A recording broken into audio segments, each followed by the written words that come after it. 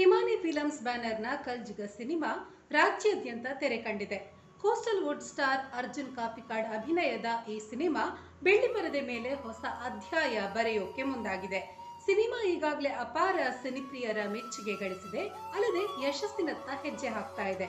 ಆದ್ರೆ ಕರಾವಳಿ ಭಾಗದ ದೈವಾರಾಧನೆಯ ಒಂದೆಳೆ ಈ ಸಿನಿಮಾದಲ್ಲಿದ್ದು ಈಗ ಅದು ವಿವಾದಕ್ಕೆ ಕಾರಣವಾಗಿದೆ. ಕರಾವಳಿ ಸಾವಿರಕ್ಕೂ ಮಿಕ್ಕಿದ ದೈವಗಳ ನೆಲೆಯಾಗಿದೆ.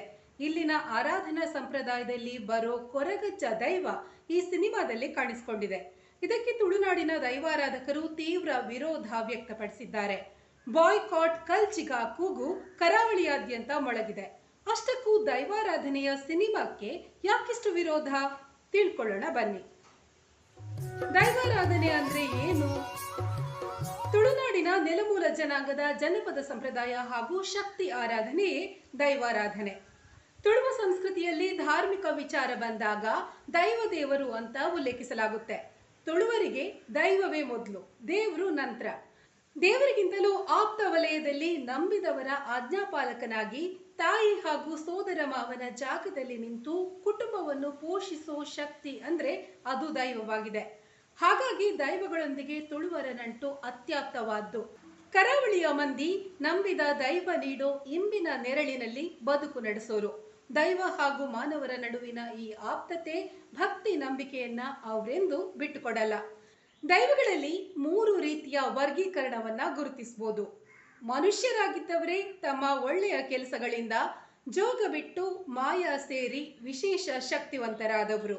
ಕೊರಗಜ್ಜ, ಕಲ್ಕುಡ, ಕಲ್ಲುಟ್ಟಿ, ಕೋಟಿ ಚೆನ್ನಯ್ಯ ಇವರು ಮಾನವರಾಗಿದ್ದು ಮಾಯಕ್ಕೆ ಸಂದವರು.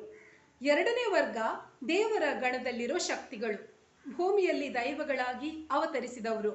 ಅಣ್ಣಪ್ಪ, ಕಾಳರ್ಕಾಯಿ, ಕಾಳರಾಹು ಇವರು ಶಿವಗಣಗಳು. 3ನೆಯ ರೂಪ ಪ್ರಾಣಿ ರೂಪದ ದೈವಗಳು. ಪಂಜುರ್ಲಿ, ಮೈಸಂದಾಯ ಮೊದಲಾದವುಗಳು ಪ್ರಾಣಿ ರೂಪದ ದೈವಗಳು.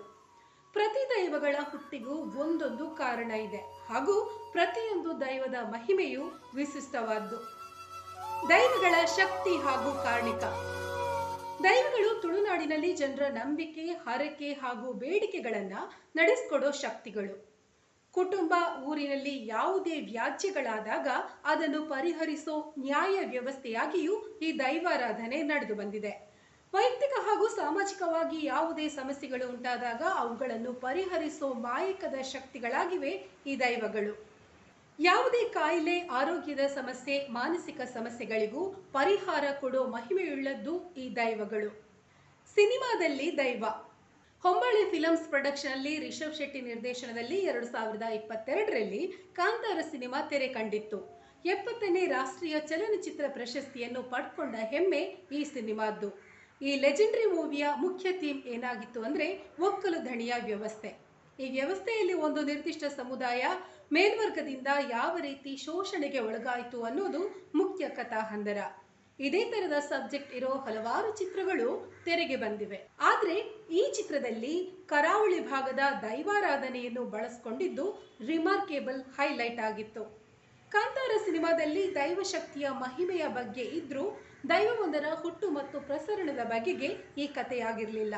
ಇಲ್ಲಿ ಜೋಗ ಅಂದ್ರೆ ಮಾನವ ಜಗತ್ತನ್ನು ನಿಯಂತ್ರಿಸೋ ಮಹಿಮೆ ಹಾಗೂ ಕಾರಣಿಕವನ್ನು ತೋರಿದ ದೈವ ಪಂಜುರ್ಲಿ ಆಗಿತ್ತು. ಈ ಪಂಜುರ್ಲಿ ದೈವ ಹಂದಿ ಮುಖದ ಪ್ರಾಣಿ ರೂಪದ ದೈವವಾಗಿತ್ತು. ಕಾಂತಾರ ಸಿನಿಮಾದಲ್ಲಿ ಮನುಷ್ಯನ ಅನೀತಿ ಹಾಗೂ ಸರ್ವಾಧಿಕಾರದ ಮೇಲೆ ತನ್ನ ಶಕ್ತಿ ತೋರುತ್ತೆ ದೈವ ಪಂಜುರ್ಲಿ. ಕಾಂತಾರ ಸಿನಿಮಾದ ನಂತರ ದೈವಾರಾಧನೆಯ ಸಬ್ಜೆಕ್ಟ್ ಇಟ್ಕೊಂಡು ತಯಾರಾದ ಸಿನಿಮಾ ಕಲ್ಜಿಗ. ಕಲ್ಜಿಗ ತುಳು ಭಾಷೆಯದೇ ಒಂದು ಪದವಾಗಿದ್ದು ಕಲಿಯುಗ ಅನ್ನೋ ಅರ್ಥದಲ್ಲಿದೆ. ಈ ಸಿನಿಮಾದಲ್ಲಿ ಮಹಿಮೆಯನ್ನು ತೋರಿಸಿರೋ ದೈವ ಕೊರಗಜ್ಜ. ಕೊರಗಜ್ಜನ ಮೊದಲ ಹೆಸರು ಕೊರಗತನಿಯ ಎಂದಾಗಿದ್ದು ಸಮಾಜದ ಶೋಷಣೆಗೆ ಒಳಗಾಗಿ ಜೋಗದಿಂದ ಮಾಯಕ್ಕೆ ಸೇರಿದ ಶಕ್ತಿ ಈ ದೈವ. ಕರಾವಳಿ ಜನರ ಪ್ರತಿಯೊಂದು ಕಾರ್ಯಸಿದ್ಧಿಗೂ ಇಂಬು ಕೊಡೋ ಅತ್ಯಂತ ಕಾರಣಿಕದ ದೈವ ಎನ್ನಲಾಗಿದೆ. ಈ ದೈವದ ವೇಷಭೂಷಣ ಹಾಗೂ ನಲಿಕೆ ಅಂದ್ರೆ ಕುಣಿತದ ದೃಶ್ಯವೊಂದು ಸಿನಿಮಾದಲ್ಲಿ ಮೂಡಿ ಬಂದಿದ್ದು ದೈವಾರಾಧಕರನ್ನು ರೊಚ್ಚಿಗೆಬ್ಬಿಸಿದೆ. ಸಿನಿಮಾದಲ್ಲಿ ದೈವ ವಿರೋಧ ಯಾಕೆ? ಕಾಂತಾರ ಚಿತ್ರಕ್ಕೆ ಸಿಕ್ಕ ಪ್ರಚಾರ ಹಾಗೂ ಯಶಸ್ಸು ದೈವಾರಾಧನೆಯನ್ನು ವಿಶ್ವವ್ಯಾಪಿಯಾಗಿ ಪ್ರಸರಿಸಿತ್ತು. ಆದ್ರೆ ಇದರಿಂದ ತುಳುವರು ಹಾಗೂ ದೈವಾರಾಧಕರ ನಂಬಿಕೆ ಹಾಗೂ ಪರಂಪರೆಗೆ ಹಾನಿಯನ್ನು ಉಂಟು ಮಾಡಿದೆ.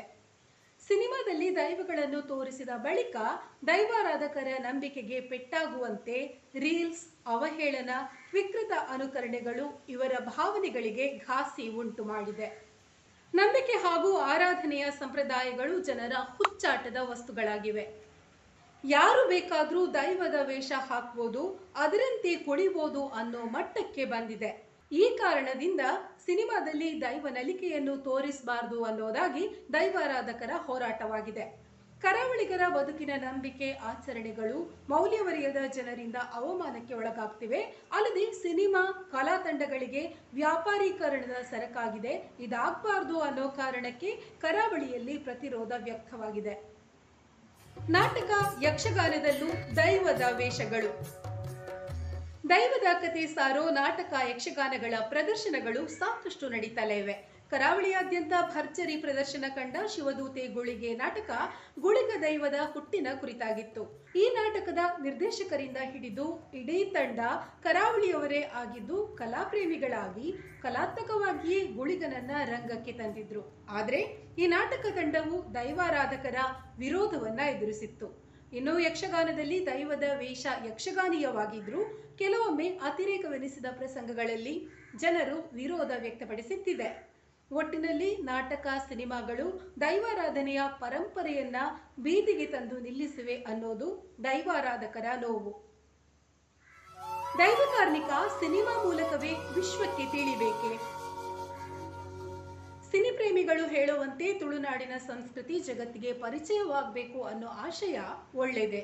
ಇದೇ ಉದ್ದೇಶದಿಂದ ಅನೇಕ ಸ್ವದೇಶಿ, ವಿದೇಶಿ ವಿದ್ವಾಂಸರು ದೈವಾರಾಧನೆಯ ಕುರಿತು ಸಂಶೋಧನಾ ಪ್ರಬಂಧ, ಕಿರುಪ್ರಬಂಧ, ಡಾಕ್ಯುಮೆಂಟರಿಗಳ ಮೂಲಕ ದಾಖಲೀಕರಣದ ಕಾರ್ಯ ಮಾಡಿದ್ದಾರೆ. ದೇಶೀಯ ವಿದ್ವಾಂಸರಾದ doctor Amrutha Someshwara, doctor Chillappagowda, professor A V. Navada, professor Vivek Rai ಅಲ್ಲದೆ ಲೌರಿ ಹ್ಯಾಂಕೋ, ಹನೇಲಿ ಹ್ಯಾಂಕೋ ಮೊದಲಾದ ವಿದೇಶಿ ವಿದ್ವಾಂಸರು ತಮ್ಮ ಸಂಶೋಧನೆ ಮತ್ತು ಕೃತಿಗಳ ಮೂಲಕ ತುಳುನಾಡಿನ ಸಂಸ್ಕೃತಿ, ಪರಂಪರೆಯನ್ನ ವಿಶ್ವಕ್ಕೆ ಪರಿಚಯ ಮಾಡಿಕೊಟ್ಟಿದ್ದಾರೆ. ಆದರೆ ಅನುಕರಣೆ, ಟೀಕೆ, ವ್ಯಂಗ್ಯಗಳಿಗೆ ದಾರಿ ಮಾಡಿಕೊಡೋ ಸಿನಿಮಾ ಮಾಧ್ಯಮದ ಮೂಲಕ ತುಳುವರ ನಂಬಿಕೆ, ಆಚರಣೆಯನ್ನು ತೋರಿಸೋ ಅಗತ್ಯ ಇದೆಯಾ ಅನ್ನೋದು ಹಲವರ ಪ್ರಶ್ನೆ.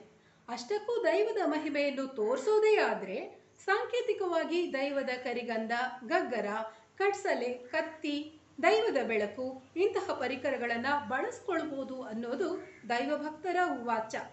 ಸಿನಿಮಾದಲ್ಲಿ ದೈವವನ್ನು ಬಳಸ್ಕೊಂಡಿರೋದ್ರ ಬಗ್ಗೆ ದೈವಾರಾಧಕರ ಹೋರಾಟ ತೀವ್ರವಾಗ್ತಾ ಇದೆ. ಕಲ್ಜಿಗ ಸಿನಿಮಾದಿಂದ ಕೊರಗಜ್ಜನ ದೃಶ್ಯವನ್ನ ಕತ್ತರಿಸಬೇಕು ಅನ್ನೋ ಒತ್ತಡ ಹೇರಿದ್ದಾರೆ. ಅಲ್ಲದೆ ರಿಷಬ್ ಶೆಟ್ಟಿ ಅವರ ಕಾಂತಾರ 1 ಕೂಡ ಚಿತ್ರೀಕರಣದ ಸಿದ್ಧತೆ ಮಾಡಿಕೊಳ್ತಾ ಇದೆ.